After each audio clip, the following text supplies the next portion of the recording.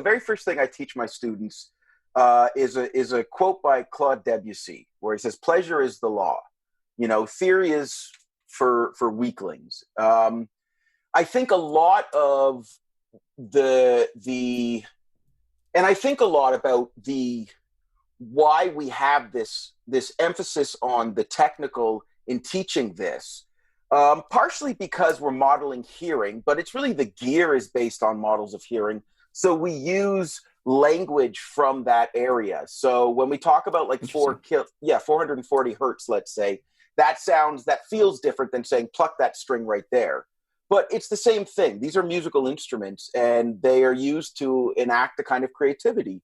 And Phil Ramone, I think, put it best when he sort of said, I remember it was in an art of record production conference, and he was being interviewed, and he said, if you put 4 or 5 different people behind the same console in the same environment with the same musicians, they're going to produce 4 or 5 totally different sounding things. Mm-hmm. I mean, it's like, and I think about this. So when I teach production to graduate students, because they're a little further along and they can think about creativity, I'll often give them books about art written by artists, because rarely do they get bogged down in this assumption that you have to understand how your brushes were manufactured in order to create great art.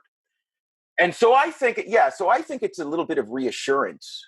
I think that, in the absence of feedback from an industry over time, you'll find a lot of young people are obsessed with the technique, because it's reassuring to think if I bust off my reverb and if I high pass the reverb and I do this checklist, then I've done a good piece of work. Right. If I have this technical checklist, I've done good work.